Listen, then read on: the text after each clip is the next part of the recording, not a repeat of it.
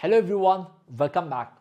In this video, we will try to understand how Java made platform independent programming language. What is the architect Java followed to execute Java application or to execute Java programs, because of which it became VORA or architecture neutral or platform independent, or you can also say portable programming language. Let's understand that, for which this is one of the system which I would be considering. So suppose we have one system here. Similarly, we have few more systems and we have few more systems here. Assume that this particular system has an operating system or platform which is Windows platform. This particular system maybe has Mac platform and this system is of Linux platform. Now we are developing the application using Java programming language. This time you have written application using the Java programming language. And if you want whatever application you have written in English like commands, if you want that to be executed by your platform, then that has to be converted to machine level language. And that for which you have to use one system software called as compiler. Now what Java did differently is what you need to understand here. Now this Java application which you have written, the program, that will be given to a compiler. That will be given to a compiler. Now, it is not an ordinary compiler which C has used. It is a hybrid compiler for which we also call it as Java compiler. Java C, Java compiler. And what is the specialty of Java compiler if you ask me? Java compiler will not convert your high level language code, that means your Java code, directly into binary code or machine understandable code or machine level language. Rather, it will generate something called as bytecode. It will generate bytecode. Now what is bytecode? Of course, once we start to code in the live class, we will try to see how bytecode looks like. It is like an intermediate level language. Neither in English like commands, high level language, nor in machine level language. It is intermediate level language. Bytecode looks differently. It is very secure and cannot be understood by humans also. How it looks, of course, in the course we will try to see this when we write down the program and we try to execute Java's first program. Now, it will be generated bytecodes, and then later, who will convert that bytecode into machine understandable format, into binary code? That is none other than most important component for Java developers, which is Java Virtual Machine. About Java Virtual Machine, we are going to understand so many things going forward in the course. We'll try to understand the entire architecture of JVM also moving forward. But at this stage, you must know something about JVM. What is that if you ask me? Number one, that JVM is a platform dependent system software. That means for every platform, there is a different JVM. For Windows, different JVM we have. For Macintosh, different JVM we have. For Linux, different JVM we have.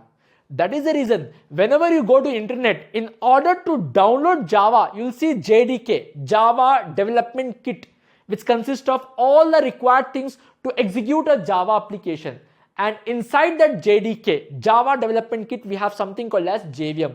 And also you must notice that we have a different JDK for Windows. We have different JDK for Linux. We have different JDK for Mac.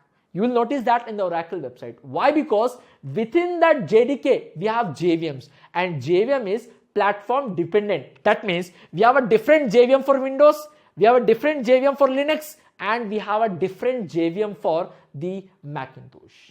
I hope you are able to understand. And the second thing is JVM internally makes use of the concept of interpreter.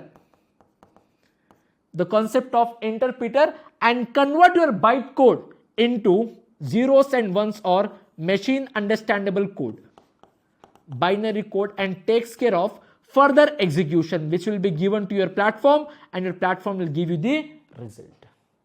Now, this application which I have written on Windows, executed on Windows, I want this application to be executed in some other computers which has different platform.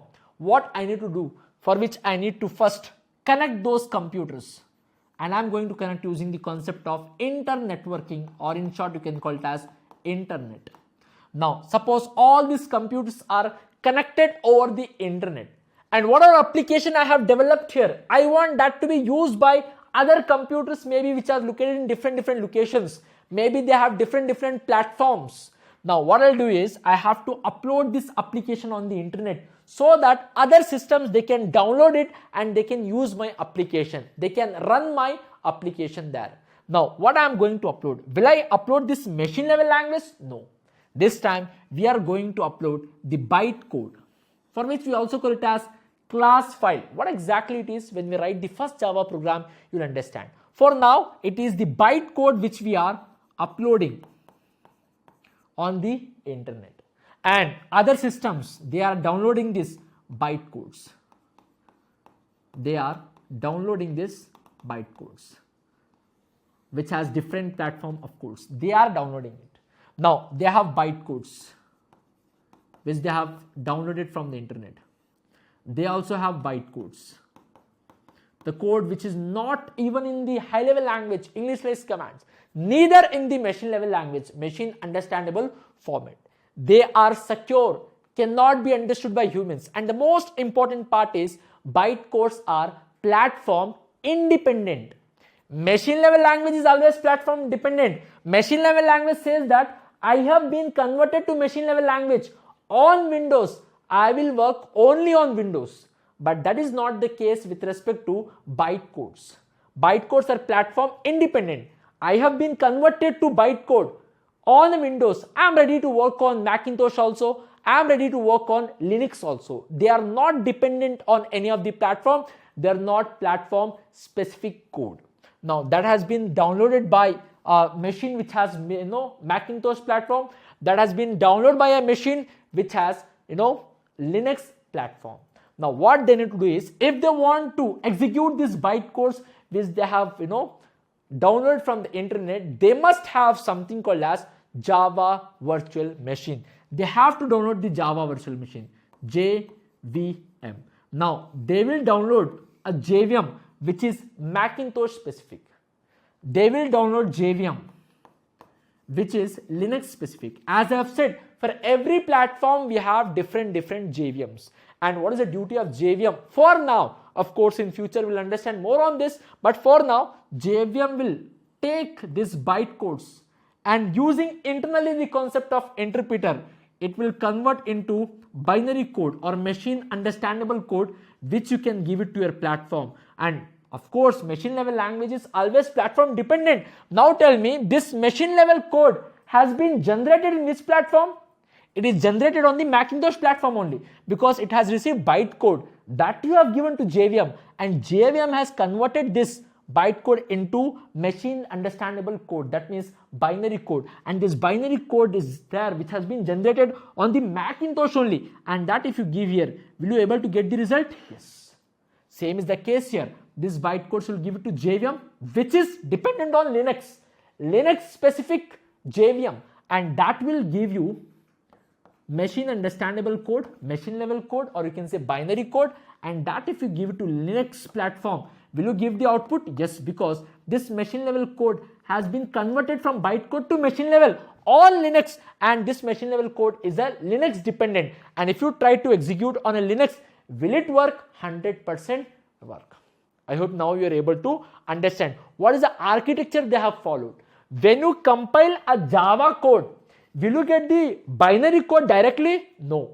Java compiler is not an ordinary compiler. It is a special compiler which they have used, and that compiler will generate bytecodes, such a code which is neither in high level nor in binary form nor in the machine level language. It is an intermediate level language or intermediate level code which is secure, which is also platform independent, and that has to be given to JVM, and JVM will take care of the further execution by taking bytecodes as an input, and internally JVM will convert that into machine level language, and that will be given to any of the platform. Because of the JVM and the way of execution Java follows, Java became platform independent programming language. Now you have developed this Java application on which platform? Windows platform. Are you able to execute on Windows? Yes. Are you able to execute on Macintosh? Yes. Are you able to execute on Linux? Yes. for which we also call it as write once and run anywhere or run anywhere. You can call it as VORA. You can also refer it this as VORA. You can also call this as a portable. You can also call this as portable. You can also call it as platform independent, architecture neutral. All of them are referring to same because of the architect it follows in order to execute your Java application. Practically also, all these things, important features we are going to understand by writing down the code. But I hope briefly, fundamentally you have understood how a Java program executes. Now to give a conclusion, whenever we write a Java application or a Java program, when we compile that, will we get the binary format or machine understandable format directly? No. We'll be getting the byte codes, and that has to be given to JVM, and JVM then will convert that into machine understandable code or binary code, which we can give it to our platform and we'll be getting the result. Now JVM, is it a platform dependent system software, platform independent? JVM is a platform dependent system software. For every platform we have different JVM, which is a key for Java. One of the responsible person to execute your Java application, which you'll understand going forward, especially when we discuss the entire architecture of JVM. How exactly JVM takes these bytecodes and then executes your Java code. That also we are going to understand in detail going forward in our lecture. I hope now you are able to understand how Java made platform independently briefly to start with. Thank you so much for joining me in this video.